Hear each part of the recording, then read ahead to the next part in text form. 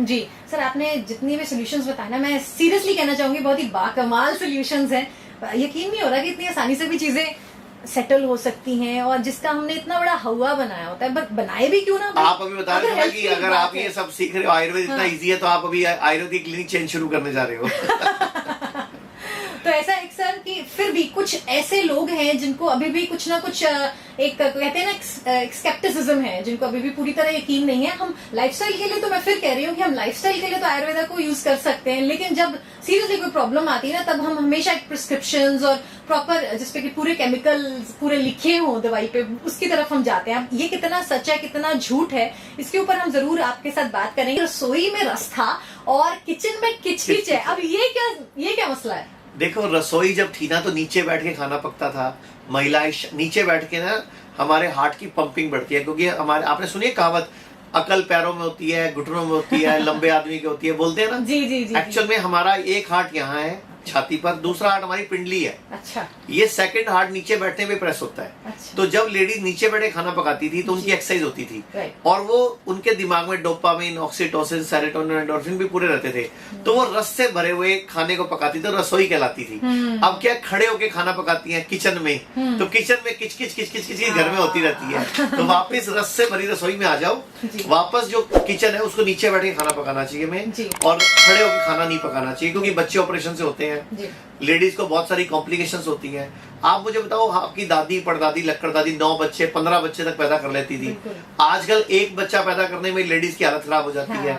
क्योंकि वजह क्या है कि हमारा ब्लैडर जो है प्रेशराइज नहीं होता, हमारी एक्सरसाइज नहीं हो रही, हमारी पिंडली यूज में नहीं आ रही, हमारा सेकंड हार्ट काम में नहीं आ रहा। जी, जबकि नीचे बैठते ही पिंडली दब जाए तो सेकंड हार्ट काम में आता है। तो बेसिकली आप मल आसना की यहाँ पे बात मैं बोल रहा हूँ कि एक तो इंडियन टॉयलेट सीट होनी चाहिए, और किचन भी नीचे बैठ के होनी चाहिए। किचन मतलब क्या, रसोई। हाँ हाँ, बिल्कुल सर, बिल्कुल सर। पर सर, आज भी अगर हम बात करें तो जब भी कोई प्रॉब्लम आती है, वही मैं आपसे कहना चाह रही हूँ, हम अभी भी एलोपैथिक डॉक्टर्स के पास क्यों जाते हैं? हमें एक हमारे दिमाग में एक फितूर है कि जब तक हमें दवाइयों का कॉम्पोजिशन नहीं पता चल रहा, तब तक हम नहीं जाएंगे। और आजकल तो आपको भी पता है कि अगर हम आयुर्वेदिक दवाइयों की बात करें तो ढेर सारे ऐसी अफवाहें हैं, या फिर कि लेड है, या फिर बहुत सारे और केमिकल्स हैं। मैडम, हमारे पास 280 दवाइयां हमारे पास। मैं अभी आपको कह रहा हूँ, मेरे हॉस्पिटल में 280 दवाइयों को उठवा के लेबोरेटरी में दे दो, एक में भी लेड मिल जाए मैं काम करना छोड़ दूंगा। ये सब फालतू का। अंग्रेजों ने 3 चीजें भारत में बर्बाद करी, एक हमारा एजुकेशन सिस्टम, एक हमारी जुडिशरी न्याय व्यवस्था, तीसरा हमारी हेल्थ केयर। अब नाम है हेल्थ केयर, लेकिन उसमें एक बीमारी का इलाज है क्या? मॉडर्न पैथी में। मैं आपसे ही पूछ रहा हूँ, शुगर, बीपी, जॉइंट पेन, जिंदगी भर शुगर होगी गोली खाओ, कब तक खाओ? जिंदगी भर खाओ। बीपी हो गया, गोली खाओ, कब तक खाओ? जब तक जा रहा है तब तक खाओ। तो ऐसे जिंदगी भर गोली खिलाना ठीक थोड़ी हुए हम। जबकि आयुर्वेद में, नेचुरोपैथी में खाना पीना ठीक करके हम कुछ दिन में दवा भी बंद हो जाती है। तो वो चैलेंज कर रहे हैं यहाँ पे कि आप बिना दवाई के या फिर आयुर्वेदिक कुछ टेक्निक्स के जरिए आप जो क्रॉनिक डिजीजेस हैं उसको आप हील कर सकते हैं। मैडम, क्रॉनिक डिजीज आई क्यों? हमारे खाने पीने की वजह से। नाम ही है ना खाना, लेकिन हम खाते ही रहते हैं। मतलब नाम ही है खाना, लेकिन हम खाते हैं। तो खाना नहीं खाना। जब भी कोई, अच्छा मैं आपसे एक सवाल पूछता हूँ, आपने कभी कोई जानवर पाला आज तक? कोई कुत्ता, कोई बिल्ली, कोई बंदर, जब वो बीमार पड़ता है वो क्या करता है? वो खाना बंद कर देता है। और हमारे घरों में क्या होता है? जब हम बीमार पड़ते हैं, तो जरा सा खा लो, दवाइयां लेते हैं, मेरा कसम लगे खा लो। अच्छा, आप और आपके आप मैरिड हैं? जी। तो आप और आपके हस्बैंड में थोड़ी बड़ी किचपिच हो जाए और आपके हस्बैंड नाराज हो जाए, आप क्या करते हो? बाबू जरा सा खा लो, मेरी कसम लगे खा लो। खाने से क्या नाराजगी? कभी जानवर की बीवी भी आई है उसको ये कहने के लिए कसम खिला ले, खा ले? कभी भी बीमार होने पर वो खाना छोड़ते हैं, लेकिन हम खाना खाते हैं। तो कभी भी बीमार हो, खाना छोड़ना है। 3 दिन तक खाना नहीं खाना होता। नारियल पानी पियो, फ्रूट्स खाओ, सैलड खाओ, बॉडी स्वयं ही हील हो जाती है। क्या बात है, क्या बात है, क्या बात है। एक और मुद्दा है जो कि बहुत मेरे दिल के करीब है। बीइंग अ लेडी, बात करते हैं हम विमेन इश्यूज की। तो विमेन कहीं ना कहीं जब भी उनको कोई प्रॉब्लम होती है, चाहे वो पीसीओडी की प्रॉब्लम हो या फिर अगर वो प्रेगनेंसी प्लान कर रही हो, तो वो हमेशा एलोपैथिक डॉक्टर्स के पास जाती हैं। और वो एक सेफ तरीके से, वो ऐसे मेंटल एक सेटअप बना हुआ है कि वो सेफ है और वही लेना चाहिए। तो आप आयुर्वेदा के एस्पेक्ट से कैसे उन्हें कहना चाहेंगे कि उनको? मैं आपसे एक सवाल पूछूंगा कि जो काम वाली माइयां हैं, गरीब है, मजदूर हैं, उनके बच्चे सड़कों पे पैदा होते हैं या घर में पैदा होते हैं, और वहीं बच्चे बड़े हो जाते हैं। हमारे वाले बच्चे जब पैदा होते हैं, हम उनको 2-2 मफलर पूरी टोपी, पूरा स्वेटर पहनाते हैं, फिर भी जुकाम हो जाता है। और वो नंगे घूमते हैं, चाय बेच रहे होते हैं, फिर भी उनको कुछ नहीं होता। इम्यूनिटी का खेल है सारा। पहली बात तो ये जो कैल्शियम, आयरन, फॉलिक एसिड और मल्टीविटामिन का जो मिथ है ना, हमारे दिमाग में घुसा दिया गया है। मैं आपसे पूछता हूँ, हाथी क्या खाता है? हाथी ग्रीन पत्ते खाता होगा। हाथी की हड्डियां सबसे मजबूत है। जी। अच्छा, गेंडा क्या खाता है? उसकी भी हड्डियां मजबूत है। पत्ते खाता होगा। अच्छा, घोड़ा क्या खाता है? घोड़ा तो चने खाता है। मैडम, चने ना उसने आपकी शादी वाले दिन फोटो खिंचाने के लिए खाए होंगे। अदरवाइज जंगल में घास पड़ी है, जंगल में चने नहीं पड़े। तो ऐसे ही हाथी, गेंडा, घोड़ा, बैल, ये सब पत्ते खाते हैं। तो इनको कैल्शियम, आयरन, फॉलिक एसिड उसी से मिलता होगा। तो हम लोग क्यों उसके लिए गोलियां खाते हैं? असूल ये कहता है कि हमें पत्ते नहीं खा रहे। आप याद करो, जब आपके पापा से पूछना, आज पापा से, मम्मी से, पुराने टाइम में ना मूली के पत्ते, शलगम के पत्ते हम सब सलाद में डाल के खाया करते थे। आजकल क्या मूली के पत्ते, शलगम के पत्ते कोई सलाद में रखता ही नहीं, फेंक देता है उनको। ये ना उससे उगे हुए, स्प्रे से। तो स्प्रे से तो तुम भी स्प्रे से ही उगे हो। तुम भी तो पेट में गोलियां खा के पैदा हुए हो। तो फिर तुम अपने आप को भी पानी में बहा दो ना। क्यों अपने आप को भी तर्पण करा लो जिंदगी? तो कहने का मतलब ये फालतू की बातें हैं। पत्ते ही हैं जो हमारा जीवन बचाएंगे। और पत्तों में सब कुछ मिलता है, calcium, iron, folic acid, nutrition, सारे मल्टीविटामिन पत्तों में मिलते हैं। मैं तो बोलूंगा सबको कम से कम आधा घंटा रोज नंगे पांव घास पे घूमना चाहिए। अब हम लोग कहते हैं, जो नंगे पांव कहते हैं लोग, अब नहीं घूम सकते। तो हमने एक बेडशीट बनाई है जिसका नाम है 0 वोल्ट बेडशीट।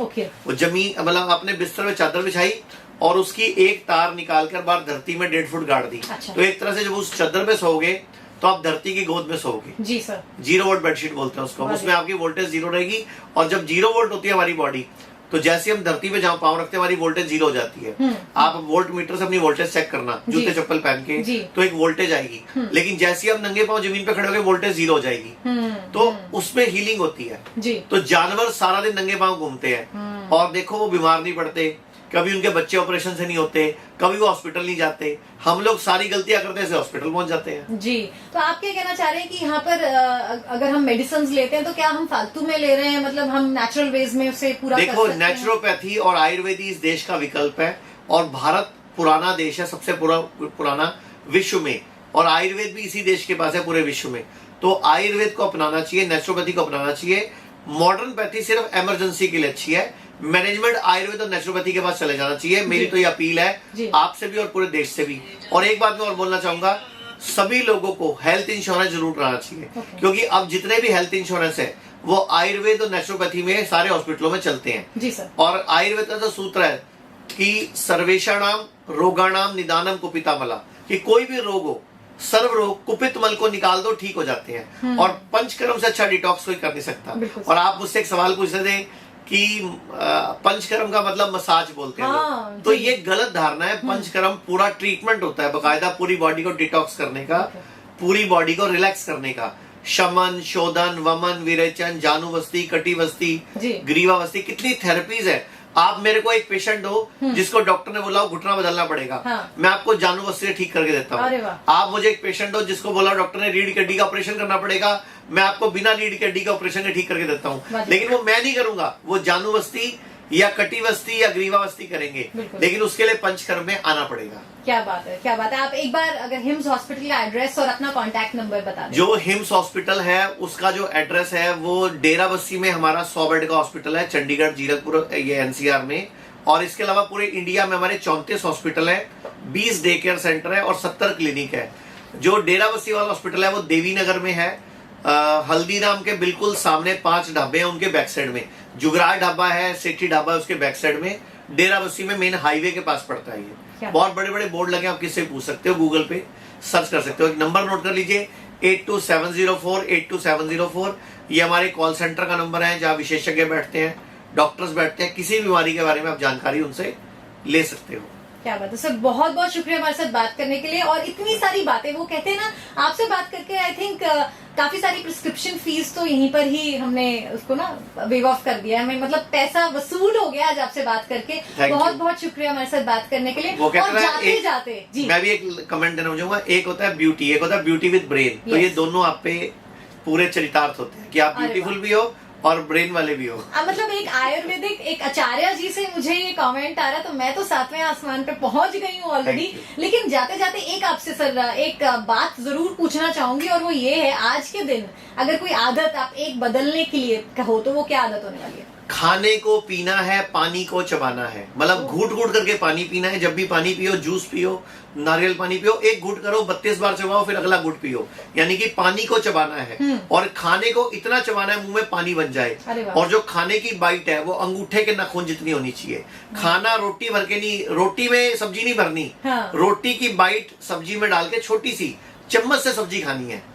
मतलब खाने को पीना है, पानी को चबाना है, ये मूल मंत्र है। दुनिया की कोई बीमारी बड़ी से बड़ी आएगी नहीं। अरे वाह सर, बहुत बहुत शुक्रिया। थैंक यू जी, नमस्कार। धन्यवाद।